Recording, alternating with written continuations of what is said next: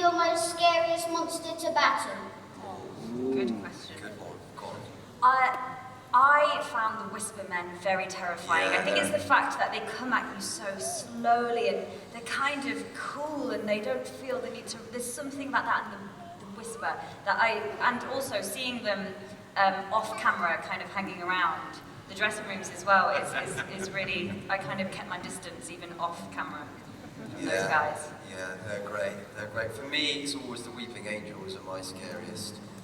I've got an unusual one that I don't think anyone else ever votes for. I was terrified of the peg dolls in Night Terrors. Yeah. I thought they were awful. There was one of them here wandering around, and I still give out a wide berth. From the mind of Mark Gatiss, everything from the mind of Mark Gatiss is terrifying. I think that for me it's the silence. The idea of not being able to remember terrifies me. Okay, there was one. Right, we've got time for another one, I think. Over here. Thanks, Jonathan. Congratulations to you all for the 50th anniversary. If you were put in the TARDIS and transferred back to the 23rd of November 1963, and William Hartnell was in front of you, what would you say to it, please? It's all true. Look, we can time travel.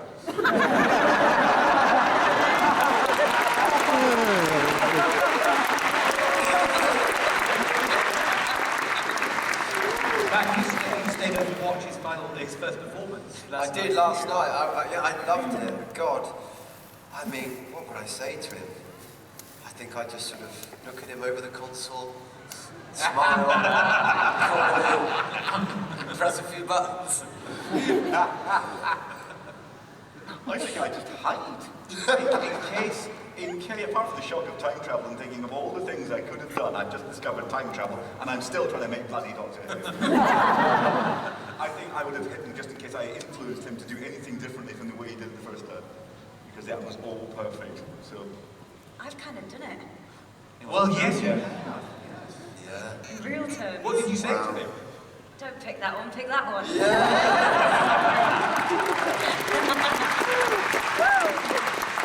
Okay, so time for one last one. I think was it over here? Yes.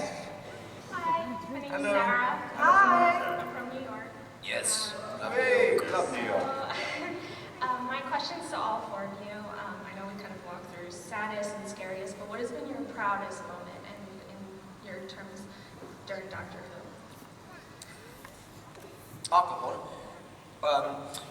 Actually, and as it's New York, it's pertinent to you. We, at the first screening we did in New York for the 11th hour, we sort of had no idea what was coming, and it was this, you guys go wild for it over there. And it was just a real moment. It was just in this really sort of old, archaic, beautiful theatre in the East Village, and it was just cool, and I was like, yes, New York. There you go. I'll try. Anybody else willing to confess to the sin of time? 10th of December 2003, about, I don't know, 5 o'clock in the afternoon, trying to put my dinner jacket on, which always gets thinner every year. And getting a phone call from my agent saying they want me to do a 2-part Doctor Who.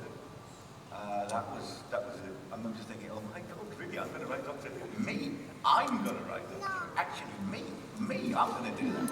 I thought that was my proudest moment. I realised that I'd get a chance to do a Doctor Who. Oh, how things worked out. Marcus?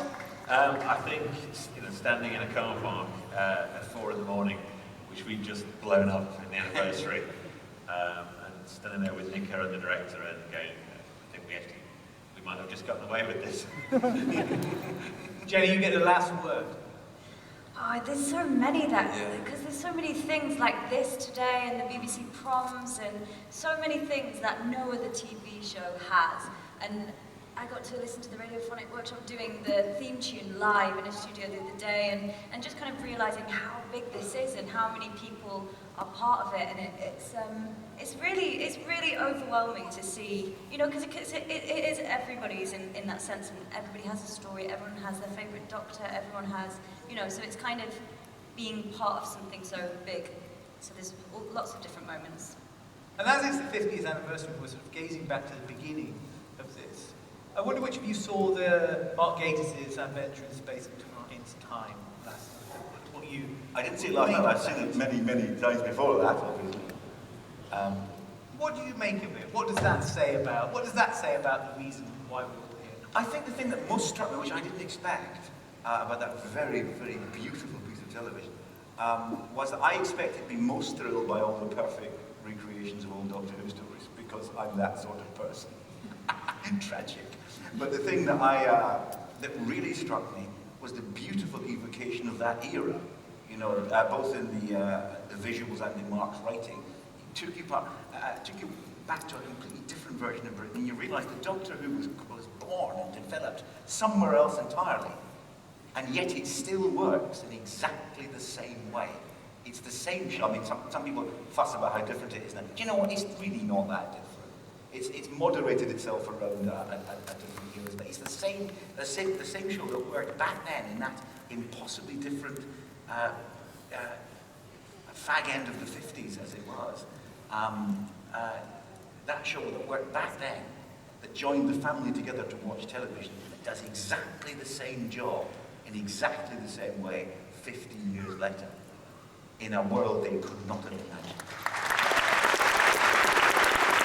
Thank you very much. They're our time. Please join me in thanking Marcus Wilson, Stephen Moffat, Jenna Coleman, and Matt Smith.